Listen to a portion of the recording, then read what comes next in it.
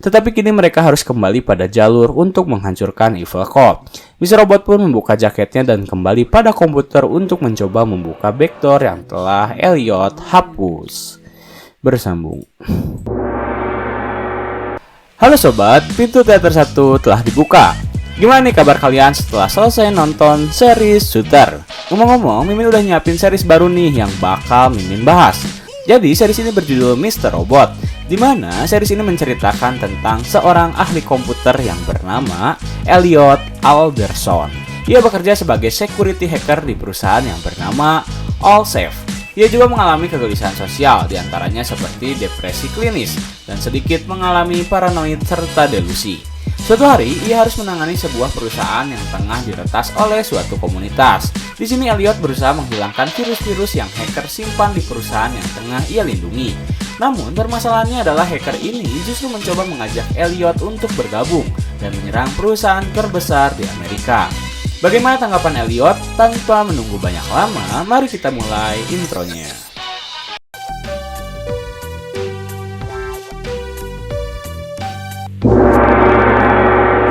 Scene diawali dengan memperlihatkan Elliot yang ternyata telah resmi menjadi karyawan di Evil Corp, di mana hari ini adalah hari pertamanya bekerja sebagai pegawai Evil Corp. Bertugas di bagian pemulihan, Elliot memiliki misi untuk mencegah Tyrell dan kawan-kawan yang berusaha menghancurkan dokumen serta berkas milik Evil Corp. Dengan rencananya yang akan meyakinkan setiap bos yang ia temui untuk mendigitalkan semua berkas fisik di fasilitas lokal mereka. Elliot yakin akan menggagalkan rencana Tyrell dan kawan-kawan. Tetapi saat dirinya mempresentasikan karya yang ia buat, setiap bosnya justru bersikap tak acuh. Bos pertama, saat Elliot sedang presentasi, tiba-tiba Elliot diminta melanjutkan presentasinya di lain waktu karena ia harus menonton acara musik Go Go Girls. Akhirnya Elliot pun membuka seluruh kedok bosnya yang ternyata cukup mudah untuk ia retas. Ia lalu menemukan jika bos pertamanya kedapatan memasang rootkit untuk mengetahui data pribadi konsumen lalu menjualnya. Dan keesokan hari, bos Elliot dinyatakan bersalah dan berhak untuk ditangkap oleh pihak FBI. Kemudian, ia melanjutkan misinya di mana setelah bertemu bos pertama, ia bertemu dengan bos kedua yang bernama Peter. Seperti biasa, ia mempresentasikan hasil karyanya di depan Peter. Tetapi lagi dan lagi, Peter justru malah memainkan ponselnya dan menyuruh Elliot untuk melanjutkan presentasinya di kuartal berikutnya. Akhirnya ia melakukan hal yang sama pada Peter, seperti apa yang ia lakukan pada bos pertamanya, yaitu meretas. Dan ia mendapatkan Peter kedapatan menyuruh tim teknisinya menggunakan perangkat lunak khusus untuk membantu mitra produsen otomotif e-corp memanipulasi uji emisi. Untuk menyembunyikan tingkat polusi yang mereka timbulkan, akhirnya keesokan harinya Peter didatangi oleh FBI dan lagi-lagi ia ditangkap. Tetapi saat ia bertemu bos selanjutnya, akhirnya bos yang sekarang lebih menghargai karya Elliot. Ia pun terkesan dengan kerja keras yang Elliot tampilkan dan dirinya akan segera mengatur jadwal Elliot untuk bertemu dengan wakil Dirut Teknologi. Akhirnya, Elliot lega sehingga ia bisa menghentikan serangan yang akan Tyrell lancarkan. Namun, saat Elliot berhasil melakukan semua itu, rupanya ada satu masalah yang benar-benar belum bisa Elliot selesaikan, yaitu rasa kesepiannya. Saat ia bekerja, tak ada satupun temannya yang mengajak ngobrol. Bahkan, setelah selesai bekerja, ia hanya bisa menangis sembari menonton televisi di kamar apartemennya. Lalu Elliot pun memutuskan bertemu dengan Krista yang ternyata berpindah tempat pada rumah kantornya karena kantor yang dulu belum bisa ia gunakan. Kemudian ia pun bertanya pada kabar Elliot serta kesehatannya. Elliot menjawab jika ia baik-baik saja, padahal di dalam dirinya ia tak pernah merasa baik-baik saja. Setelah itu Elliot pun menceritakan tentang pengalamannya. Ia juga bercerita tentang Mr. Robot pada Krista. Seluruh cerita pernah Elliot ceritakan padanya, hingga pada saat Elliot bercerita tentang ayahnya yang mendorong ia dari atas jendela, Krista cukup terkejut karena ia belum pernah mendengar cerita tersebut. Elliot pun terheran karena ia yakin ia pernah menceritakan hal itu, tetapi Krista cukup yakin Elliot tak pernah menceritakan cerita tersebut padanya. Akhirnya Elliot pun mengalah dan ia menceritakan kembali kejadian di mana ayahnya mendorong ia dari jendela kamarnya hingga membuat tangannya patah. Mendengar cerita tersebut membuat Krista cukup berempati pada Elliot. Kemudian, scene berpindah pada Joanna yang menghadiri sebuah talkshow di TV swasta.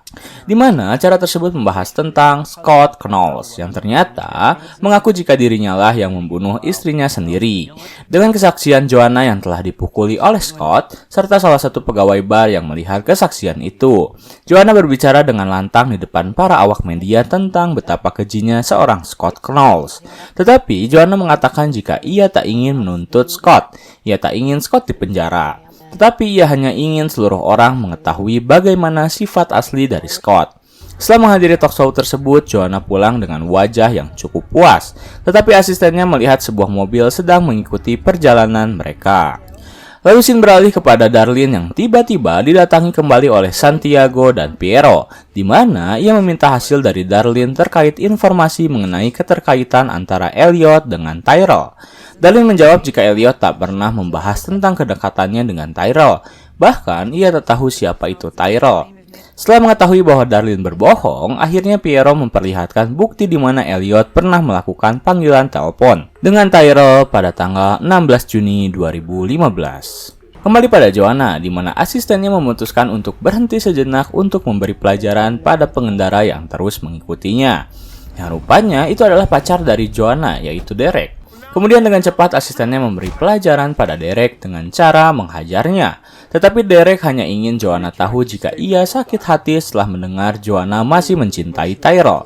Lalu asistennya menyuruh Derek untuk segera pergi mengencani gadis muda dengan cara menebarkan pesona yang ia punya. Dan ia menjanjikan suatu hal pada Derek, yaitu ia takkan pernah lagi bertemu dengan Joanna. Lalu asisten Joanna kembali ke mobil meninggalkan Derek yang kesakitan. Saat mereka akan melanjutkan perjalanannya, tiba-tiba Derek mendekati mereka dan langsung menembakkan sebuah peluru yang tepat menghantam asisten Joanna. Panik melihat hal tersebut, Joanna buru-buru mengambil pistol milik asistennya dan berusaha melawan. Tetapi sayang, ia kalah cepat oleh Derek yang langsung kembali menembak Joanna hingga ia tewas. Beruntung, asisten dari Joanna berhasil membalikan keadaan terlebih dahulu dan membunuh Derek. Tetapi kejadian tak bisa diulang karena Joanna tewas setelah ia tertembak oleh Derek dengan darah yang terciprat pada bayinya. Setelah itu tim FBI langsung mengotopsi jasad dari Joanna untuk mencari tahu keterkaitan tewasnya dengan Tyrell. Piero meyakini jika asisten dari Joanna masih dinyatakan hidup dan mereka bisa mencari bukti dari sana. Kemudian scene kembali beralih pada Darlene yang menemui Elliot atas permintaannya, di mana di sana mereka berbincang tentang kehidupan yang sangat berat yang mereka jalani. Dari masa kecil, kehilangan sosok ayah, hingga sekarang mereka telah mengacaukan dunia. Begitu berat perjalanan dua Alderson bersaudara ini. Kemudian Darlene berkata pada Elliot jika ia akan tinggal di tempat temannya yang berada di utara, karena ia sudah muak dengan keadaan kota yang semakin menjadi-jadi. Tetapi tiba-tiba Elliot meminta pada Darlene untuk menginap di apartemennya malam ini, karena ia masih khawatir jika kesepiannya akan kembali datang.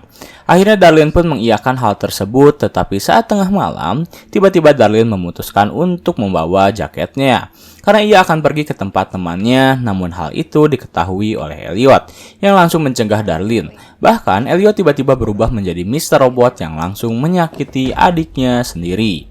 Karena merasa itu bukanlah diri Elliot sendiri, Darlene langsung pergi dari apartemen sembari meneriakkan bahwa ia gila.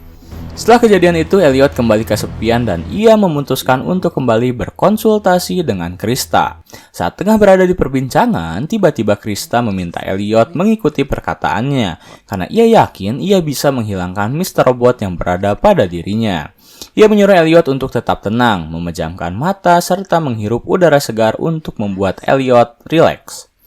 Setelah beberapa detik Elliot memejamkan matanya, benar saja, tiba-tiba ia berubah menjadi Mr. Robot yang kurang ajar. Karena mengajak Krista berhubungan badan, Krista benar-benar terkejut ketika melihat sisi lain dari Elliot. Bahkan ia tak bisa membuat Mr. Robot lunak padanya, karena Mr. Robot terus-menerus mengatakan hal keji makian pada Krista. Kemudian, Mr. Robot mengatakan pada Krista jika ia takkan pernah bisa memisahkan mereka berdua, karena kini mereka telah utuh. Tetapi, Krista menjawab jika ia hanya ingin membuat Mr. Robot untuk memahami hidup Elliot. Namun, Mr. Robot tetaplah Mr. Robot. Ia tetap membantu dan justru memfitnah Krista dengan mengatakan jika dirinya hanya berpura-pura peduli pada Elliot. Hingga akhirnya Mr. Robot mengatakan jika ia sudah muak berbicara dengan Krista. Lalu ia kembali pada Elliot yang tiba-tiba tersadar dan bertanya, kapan sesi tersebut akan dimulai. Dengan wajah yang tak percaya, Krista hanya bisa terdiam. Setelah bertemu dan berkonsultasi dengan Krista, Elliot kembali ke apartemennya. Tetapi sebelum masuk ke dalam kamarnya, tiba-tiba ia melihat Hansen tengah menunggu kedatangannya, sembari membawa anjing kesayangannya yang bernama Flipper. Hansen mengatakan jika Elliot adalah pria beruntung karena berhasil menghindari tuntutan dirinya. Ia pun memberikan Elliot anjing miliknya. Karena ia sudah muak setelah terus menghamburkan uang demi kesehatan Flipper, akhirnya Elliot pun menerima kembali Flipper dan langsung memperlakukannya seperti sedia kala. Setelah membeli Flipper minum, tiba-tiba Elliot merasa ada yang janggal pada komputernya. Akhirnya ia mengecek komputernya dan mulai menjalankan sebuah program yang ternyata benar adanya. Karena di satu sisi Pierrot tengah mengintai pergerakan Elliot, dibantu oleh Darlene dan diiming-imingi akan diberi kekebalan hukum jika membantu mereka setelah membantu FBI.